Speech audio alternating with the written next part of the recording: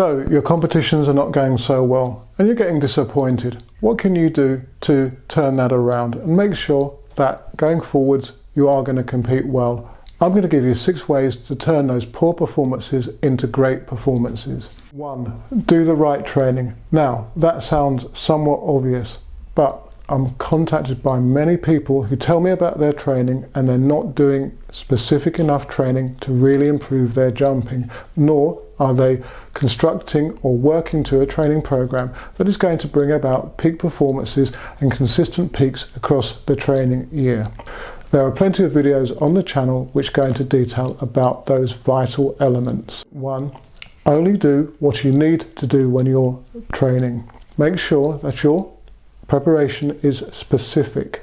There's no need to do lots of weight training and circuit training exercises, for example, in order to get you fit and ready to jump. What you need to be able to do with your training is include the key ingredients that will make you faster and more powerful and technically better. What I call first and second generational activities. Circuit training, tempo running and even weight training are down for me at 4th, 5th and 6th level generational activities. So make sure your training is full of all the elements, those first and second generational elements, which will directly improve your performance. And make sure you don't overtrain. Give yourself plenty of rest and recovery. In all likelihood, when you're not competing well, there can be a tendency to want to do more training. Well, don't. Focus on what is going to bring about the key results and make sure you are rested and recovered between training sessions when the adaptation will occur, and crucially before competitions, so that you're in prime physical condition to jump as far as you can or perform at your best. Fourthly, following on from that, don't over-compete, but don't under-compete either. If you over-compete, obviously you're going to tax your nervous system, your neural system, and you're going to run out of energy juice as the season goes through. It's a mental side of competitions which is more tiring overall than the physical side. So plan your competitions carefully. If you don't compete enough, then you're not going to prime your body to achieve big performances.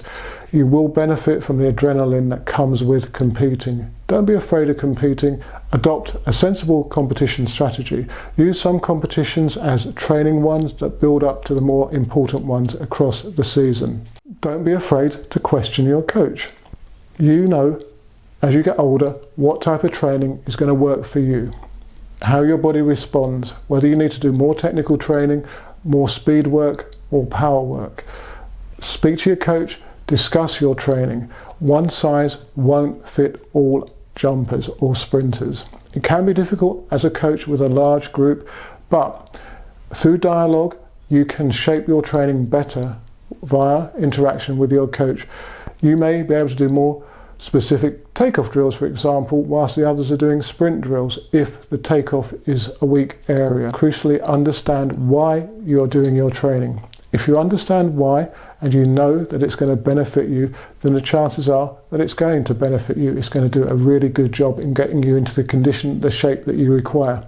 If you just do the training without understanding it, you can not buy into it. Yes, your body will adapt, but it may not adapt as positively as it could do if you really understand why you're doing it and invest in it. And sixthly, enjoy your training and your competitions.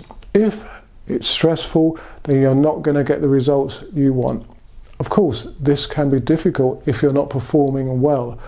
However, if you can do what I've said with the previous 5 tips and strategies, then in all likelihood you will be enjoying your competitions and your training because you will be doing well.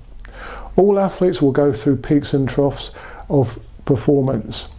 That's not necessarily a problem. It's learning how to deal with it and adapt strategies that will get you out of that rut. Continuously thinking negatively will bring your performances down. So sometimes it's a case of stepping back, thinking about what you're doing, analysing your training. Don't just plough on, step back, think about it, adapt and then the good performances will come about. Confidence is obviously crucial here. If you believe in what you're doing, your training's going well, you understand why you're doing it, then you'll feel more confident and you will jump, sprint, perform better. Speaking of other videos and more detailed content, why don't you consider becoming a Coach Athlete member of the channel? You can get access to videos that deep dive into the very subject matters that we've been discussing. Training planning, for example, that's something that a lot of you guys want more help with. Well, I show you how I plan my 10 blocks across the training year.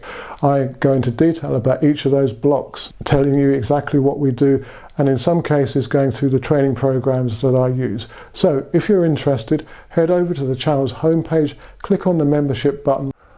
I wanted to make an overview video on this subject, as so many of you have contacted me over the years about not performing as well as you want to. And of course, as a coach, I've had athletes underperform.